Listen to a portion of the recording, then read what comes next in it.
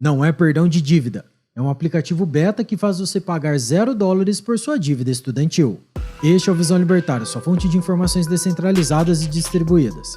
Esse artigo foi revisado por historiador libertário, escrito e narrado por Coreia com K. Joe Biden, presidente dos Estados Unidos, mais conhecido como cheirador de cangotes alheios, lançou a versão beta do plano de repagamento de empréstimos estudantis. O objetivo é resolver os problemas financeiros enfrentados pelos estudantes universitários em relação à dívida educacional. Este plano faz parte de um projeto maior do governo para enfrentar a crescente crise de empréstimos estudantis no país. Para quem não conhece a realidade dos americanos, darei uma visão geral da situação. Lá, quase toda a totalidade das universidades são pagas. Como muitas pessoas não possuem recursos para pagar as mensalidades, várias fazem empréstimos estudantis para poderem estudar num curso que gostariam. O modelo aplicado por eles é parecido ao FIES do Brasil, com a diferença de que os pagamentos devem ocorrer durante o curso ao invés de começar posterior ao seu término. O problema é que mais da metade das pessoas que saem da faculdade ficam com empréstimos estratosféricos para serem pagos. Em geral, mais da metade dos estudantes terminam a faculdade com uma média de quase $29 mil em dívida estudantil. Porém, diferente daqui do Brasil, que caso não pague sua dívida do FIES, você consegue refinanciar ou renegociar diversas vezes, nos Estados Unidos, o governo federal vai atrás do que é dele por direito. Eles podem bloquear seus bens e até mesmo retirar parte do seu salário direto da fonte para pagar a dívida existente. Biden, observando que o perdão da dívida estudantil seria uma excelente forma de manter seu eleitorado feliz, tentou perdoar parte da dívida, porém, foi barrado pela Suprema Corte Americana. Os ministros votaram por 6-3 contra a controversa proposta de perdão da dívida estudantil feita pelo presidente, que iria cancelar $20 mil de aproximadamente 40 milhões de empréstimos. A consequência disso seria um rombo de $800 bilhões para os pagadores de impostos. Contudo, mesmo depois dessa decisão, o Departamento de Educação começou a aceitar as inscrições para o plano de Saving on a Valuable Education, conhecido pela sigla SAVE, que em tradução literal para o português seria salvar ou economizar. Este plano entrou em ação com a versão beta do aplicativo IDR, o qual é o acrônimo para Repagamento Orientado por Renda em inglês. Nessa versão, as pessoas podem se inscrever no plano, visando ajudar a refinar os processos para o lançamento oficial. Assim, aqueles que enviaram o pedido na versão beta não precisarão reenviá-lo quando o aplicativo estiver pronto. Biden ainda salientou que mesmo depois da decisão da Suprema Corte, iria buscar novas maneiras de perdoar a dívida, contornando o que foi decidido pelo STF americano. E dito e feito, no mesmo dia que a decisão saiu, o Departamento de Educação anunciou o plano SAVE. Ao menos, lá nos Estados Unidos, a Suprema Corte não aparenta estar unida com o Executivo, assim como no Brasil. Ao menos, não tão escancarado como aqui.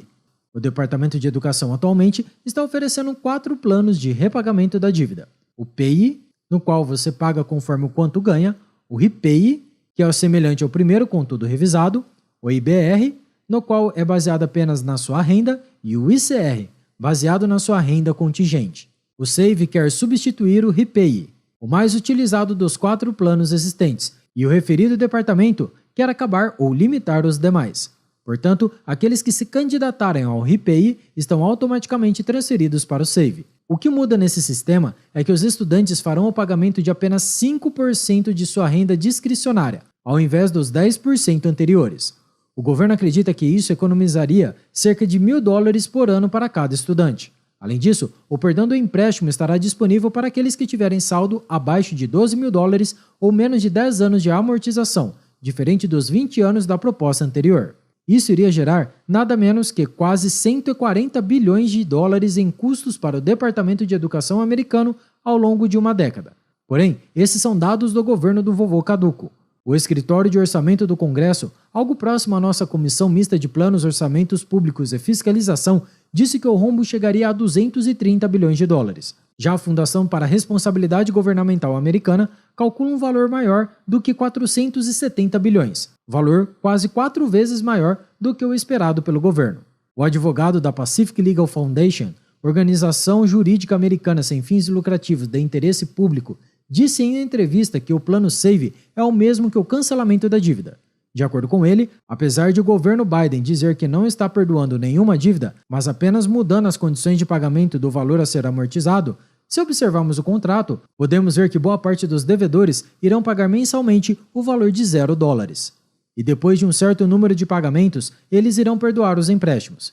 Isso é cancelar as dívidas, porém de uma forma mais complicada e com vários outros passos. O novo plano realiza 3 mudanças principais em relação ao plano anterior de pagamento.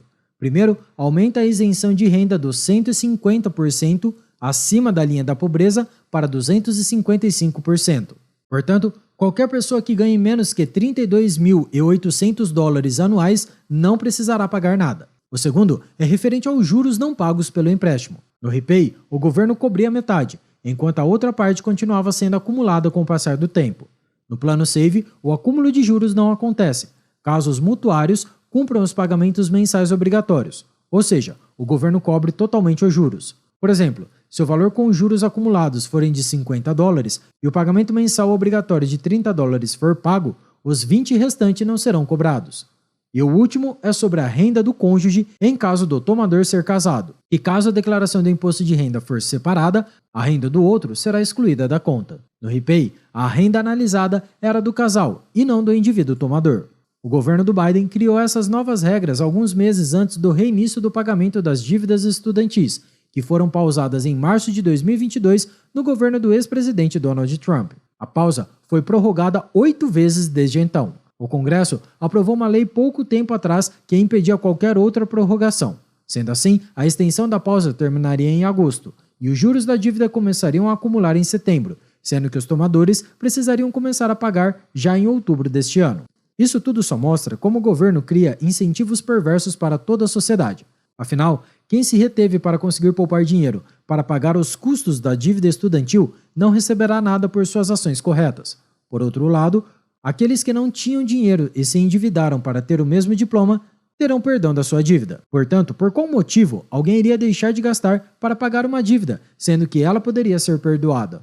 Por que alguém iria ser prudente com suas contas? Esse é o tipo de consequência adversa nefasta que o Estado tem sobre toda uma sociedade. Isso sem contar que este valor, de um jeito ou de outro, será pago por todos os cidadãos, seja por aumento dos impostos, seja por impressão de dinheiro. Essas medidas apenas incentivam as pessoas a manterem uma mentalidade infantil, de não se responsabilizar pelos seus atos, esperando que o governo alivie o caos financeiro que elas próprias criaram.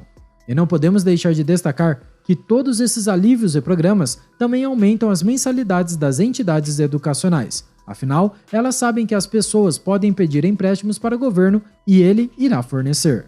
Em uma sociedade libertária, muito provavelmente os valores das mensalidades seriam muito mais competitivos, pois não haveria um governo auxiliando as pessoas a pagarem os custos de sua educação. Portanto, a demanda seria menor e as faculdades iriam lutar com unhas e dentes para conseguir novos estudantes, além do fato de somente cursos valiosos continuarem sendo ministrados nessas entidades.